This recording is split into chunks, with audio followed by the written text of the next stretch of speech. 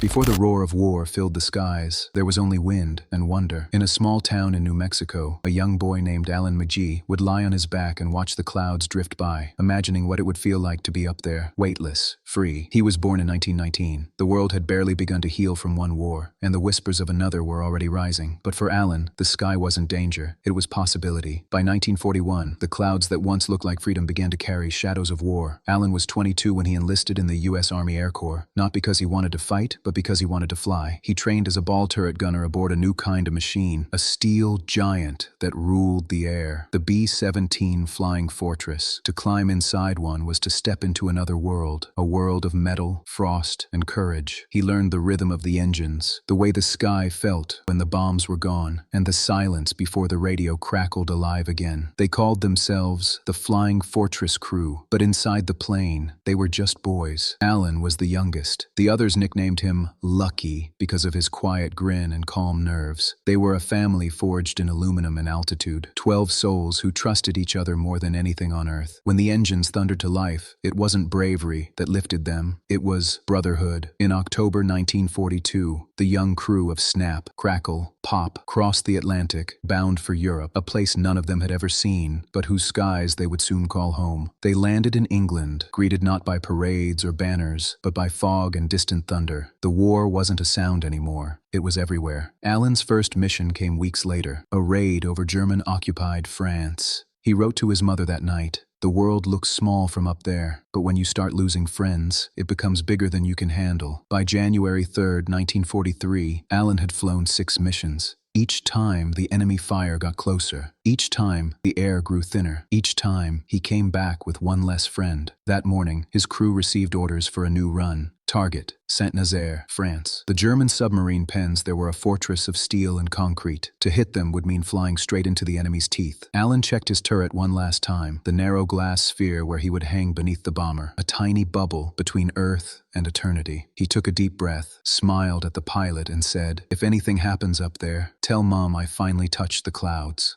As the bombers lifted off, the world below vanished into gray. The English countryside faded into mist, and before long, all that remained was the heartbeat of the engines. The formation rose higher, 10,000, 12,000, 15,000 feet. The sun cut through the clouds, and for a moment the sky looked peaceful again. Alan adjusted his turret sight, his breath fogging the glass. He felt small, but alive, suspended between heaven and hell. Minutes before reaching France, the radio hissed. A single word from the lead plane. Flak. Black bursts appeared ahead, silent at first, then screaming. Each explosion closer, louder, sharper. The fortress shook. Alan's heart pounded with the engines. The sky that had once carried dreams now carried death. And then, at 18,000 feet above Saint-Nazaire, fate took aim. The next chapter wouldn't be about flying, but falling.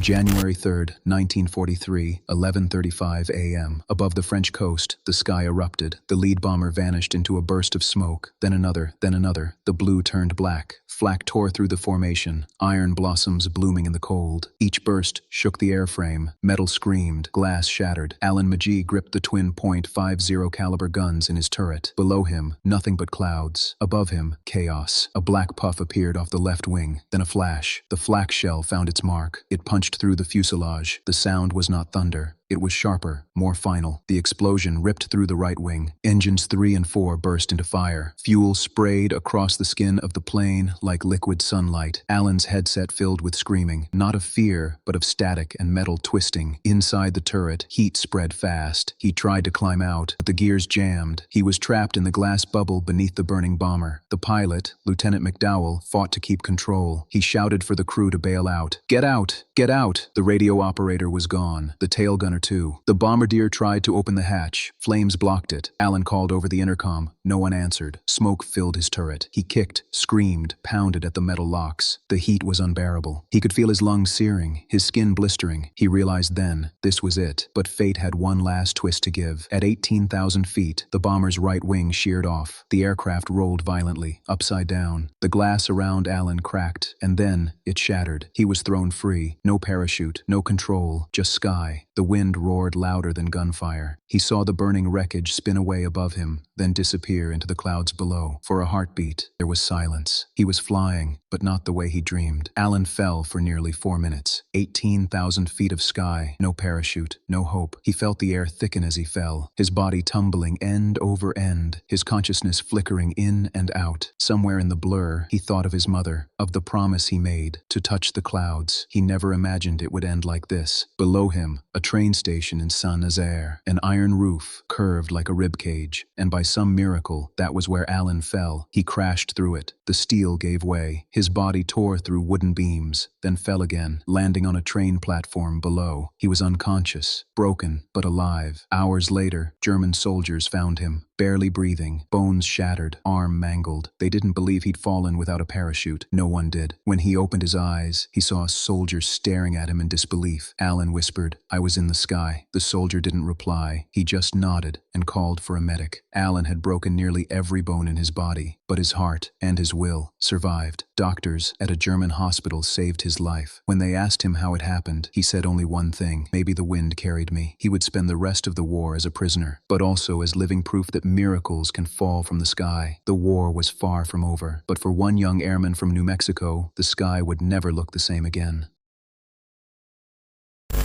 When Alan Magee awoke, he was surrounded by the enemy, but not the kind he had been trained to fight. White walls, the smell of disinfectant, the echo of boots on tile. He was in a German military hospital. A nurse leaned over him, eyes filled not with hatred, but curiosity. He had fallen from the sky. The story had already spread through Saint-Nazaire. They called him Der Mann, der fiel und lebte, the man who fell and lived. He had broken his leg, his arm, several ribs, and nearly every facial bone. His right lung was punctured, and yet he could still hear, still think, still remember. The German doctors could not explain it. One whispered to another, this man should not be alive. Alan only listened. He did not hate them. He did not speak. He simply existed, caught between life and death, enemy and human. Weeks passed. When he could finally walk, they sent him to a prisoner camp in occupied France. Rows of wire, watchtowers, and mud. But above it all, the same sky, the one he fell through, the one that let him live. He would stand for hours, watching Allied bombers pass far above the clouds. He wondered if they ever saw him, a shadow behind enemy lines, a ghost that refused to die. Not all enemies stayed enemies. Among the German guards were boys, just like him. One slipped him an apple, another gave him a scrap of paper for writing. Alan began sketching planes again, his hands still trembling from the fall. It reminded him of who he was, not a prisoner, but a pilot. He drew not bombs, but clouds. At night, he dreamed of flying again, the hum of engines, the voice of his crew, the moment before the fall, before the silence. He realized something strange. He no longer feared the sky. He respected it. It had given him back his life, not taken it. By 1944, the tide of war had turned. The prisoners began to hear whispers. Normandy, the Allies, the push toward Berlin. Alan listened, silent. He had fallen once. Now the world itself was falling, and soon it would rise again. Ironically, the city that saved his life would soon face destruction. Allied bombers struck Saint-Nazaire in 1944. Alan watched from miles away, a sky full of fire, the same fire that once nearly killed him. He whispered to himself, maybe this is what it takes for peace to return. When Allied troops reached his camp in 1945, Alan Magee was 22 years old and carried the weight of the sky in his eyes. He had survived what no man should survive, and now he was free again. He looked up. The clouds above looked the same as they did the day he fell, but this time they didn't look so far away. Alan Magee's story became one of quiet legend, a reminder that survival is not luck, but purpose. The sky had tested him, and in return, he taught it that men could fall and still rise again. When Alan Magee finally crossed back into Allied hands, he didn't feel victorious. He felt hollow. The war was ending, but inside him, the battle still echoed, in dreams, in silence, in the way his hands trembled whenever he looked at the sky. Months later, Magee did something unthinkable. He returned to Saint-Nazaire, the city where he had fallen and lived. He walked among the ruins, the shattered windows, the cracked stones. There, he found the remains of the train station roof, the glass canopy that had broken his fall. He stood in silence, each shard glinted like a tiny cross in the sunlight. A Frenchman approached, older, wearing a worker's coat. He remembered the day the sky fell open. "You came down like an angel," he said softly, "and somehow the glass caught you." Magee smiled, unsure whether to laugh or cry. He reached into his pocket and handed the man a small item, a POW tag, worn and faded. "Keep it," Magee said, a reminder that sometimes even glass can be merciful. Back home, Alan could not forget the light through that shattered roof. He began collecting pieces of glass, church windows,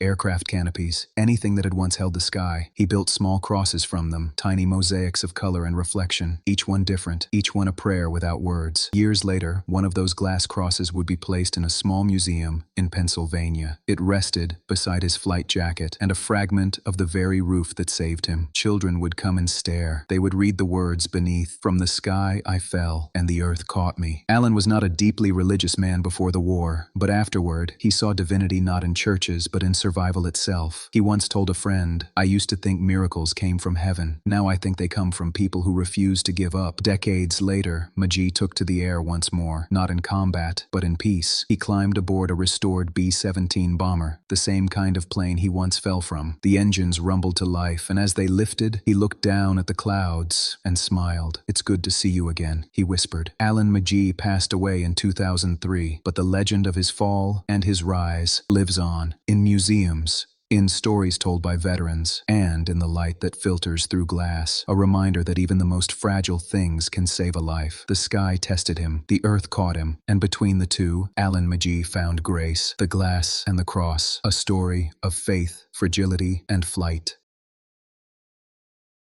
Time forgets many names, but the sky remembers every soul that touched it. Alan Magee's story, once whispered among veterans, now drifts across generations, a reminder that courage sometimes falls before it flies. In a small aviation museum in Pennsylvania, a curator polishes a piece of glass, a relic from Saint-Nazaire. Beside it, a photograph of Magee smiling beside his B-17 crew. Each visitor stops, reads the words, "From the sky I fell, and the earth caught me," and for a brief moment, they look upward, toward the same endless horizon he once faced. Among Magee's possessions, a letter was found, never mailed, addressed to his mother, written after his release. "If I fall again, tell the sky I forgave it." Those words, simple yet eternal, carry more truth than any medal or citation could ever hold. Wind, the invisible force that carried him to near death, and then to life again. Scientists later said it was pure physics. Others said it was grace, but maybe it was both, the world's fragile balance between chaos and mercy. Other airmen who heard of Magee's fall wrote to him for years. Pilots, engineers, survivors, each one seeing in his story a reflection of their own impossible luck. One letter read, "You didn't just fall, Alan. You showed us we could rise again every dawn. The horizon glows like a memory, soft, golden, forgiving. For every soldier, every pilot, every soul who vanished into the clouds, the sky remains their witness. And maybe, just maybe, when the morning light bends across the world, it carries with it their stories." In 1990, Magee attended an air show. He stood beneath a B-17 bomber, his bomber, restored, alive again. A pilot asked if he'd like to sit in the cockpit. Alan laughed, his hand trembling as it touched the cold metal. "I think I've done enough falling for one lifetime," he said. In his final years, Alan wrote one last note in his journal. "When I look up, I don't see clouds anymore. I see home." And perhaps that's what the horizon truly is, a promise that no fall lasts forever. Alan Magee fell from the sky and lived. His fall became more than survival. It became a symbol of resilience, of grace, of humanity refusing to surrender. The horizon remembers, and so should we.